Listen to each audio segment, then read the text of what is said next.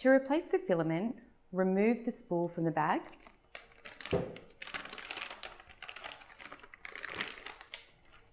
And then remove the silica gel.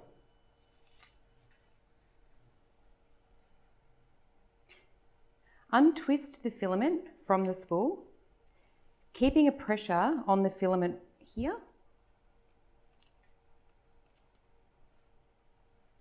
When you feed the filament back into the printer, it's important to make sure that you feed it so that the filament will be feeding in an anti-clockwise direction.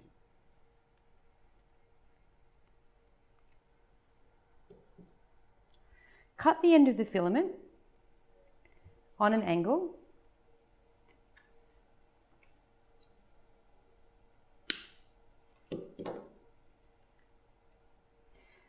Place the spool back inside the printer and then feed the filament on the right hand side here up into the tube. The filament tube is this white tube here, and you're feeding into that tube there.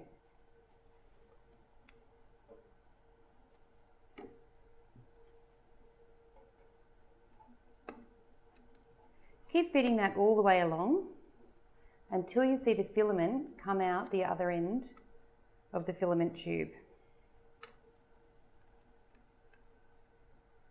like so. When you have about an inch there, just place that into where the orange tab is, just here, and then select Feed Filament In. Hold the filament and you'll feel that the printer will grab the filament and start to pull it in.